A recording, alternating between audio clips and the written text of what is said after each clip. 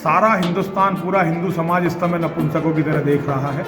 हमारे भाई, हमारे बहन, हमारी बेटियां, हमारे बच्चे बांग्लादेश में रोज मारे जा रहे हैं।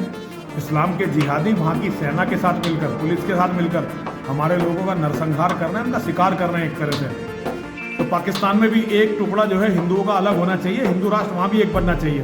मैं भारत सरकार से मांग करता हूँ और हिंदुओं से कहता हूँ कि सरकार पर दबाव बनाए और फिर सरकार के साथ मिलकर यूएनओ पर दबाव बनाए। बांग्लादेश और पाकिस्तान में इस टाइम दो हिंदू राष्ट्र बनने बहुत जरूरी हैं और उनकी मान्यता के लिए हमें लड़ना पड़ेगा, हम उसी के लिए लड़ेंगे। हम लोग मांग के क्या करेंगे? भारत सरकार को खुद करना चाहिए। ये हिंदुओं की सरकार है, हिंदुओं की वोट से बनी हुई सरकार है, ये हमारी सरकार है। ये मुसलमानों की, ये मौलाना मुलायम सिंह वाली सरकार नहीं है, ये हिंदुओं की सरकार है जो हिंदुओं ने बनाई है। तो हिंदुओं की जनभावना और बाल बाल हिंदुओं का एक एक बच्चा इस टाइम ये चाहता है कि बांग्लादेश के हिंदुओं की रक्षा हो और वहां एक नया देश बने। फिर भी कुछ बोल रहा है। बहन मायावती जी ने स्पष्ट कहा है और यहाँ तक कि अखिलेश यादव ने भी कहा कि वहाँ हिंदुओं की रक्षा होनी चाहिए। ममता बनर्जी ने तो कहा कि केंद्र सरकार को आर्मी भेजनी चाहिए वहाँ पर। ये तो हमारी केंद्र सरकार चुप है। ये राजनीति की अपने अपने विडंबनाएं हैं। जो भी सरकार में रहता है वो हिंदुओं के लिए कुछ नहीं करता। इसमें विपक्ष और पक्ष की कोई बात नहीं है। सारा हिंदुस्तान, पूरा हिंदू समाज इस समय नपुंसकों की तरह देख रहा है।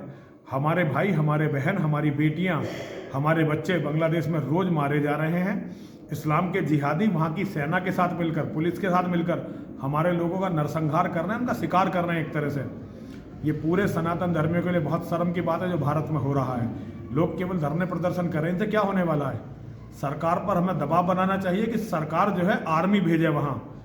बांग्लादेश के हिंदुओं के लिए एक अलग देश बांग्लादेश में होना चाहिए, वहाँ का बंटवारा होकर। ऐसे ही पाकिस्तान के हिंदुओं के लिए, पाकिस्तान वैसे भी टूटने वाला है, तो पाकिस्तान में भी एक टुकड़ा जो है हिंदुओं का अलग होना चाहिए, हिंदू राष्ट्र वहाँ भी एक बनना चाहिए। मैं भारत सरकार से मांग करता हूँ और हिंदुओं से कहता हूँ कि सरकार पर दबाव बनाए और फिर सरकार के साथ मिलकर यूएनओ पर दबाव बनाए। बांग्लादेश और पाकिस्तान में इस टाइम दो हिंदू राष्ट्र बनने बहुत जरूरी हैं और उनकी मान्यता के लिए हमें लड़ना पड़ेगा, हम उसी के लिए लड़ेंगे। आप भारत सरकार से और क्या मांग करते हैं? बस यही मांग है। फिलहाल मेरी भारत सरकार मांग भी नहीं है, भारत सरकार को ही खुद करना चाहिए। हम लोग मांग के क्या करेंगे? भारत सरकार को खुद करना चाहिए। ये हिंदुओं की सरकार है, हिंदुओं की वोट से बनी हुई सरकार है, ये हमारी सरकार है। ये मुसलमानों की, ये मौलाना मुलायम सिंह वाली सरकार नहीं है, ये हिंदुओं की सरकार है जो हिंदुओं ने बनाई है। तो हिंदुओं की जनभावना और बाल बाल हिंदुओं का एक एक बच्चा इस टाइम ये चाहता है कि बांग्लादेश के हिंदुओं की रक्षा हो और वहां एक नया देश बने। बांग्लादेश के हिंदुओं को बांग्लादेश का बंटवारा होकर एक देश मिलना चाहिए, ऐसे ही पाकिस्तान के हिंदुओं को मिलना चाहिए।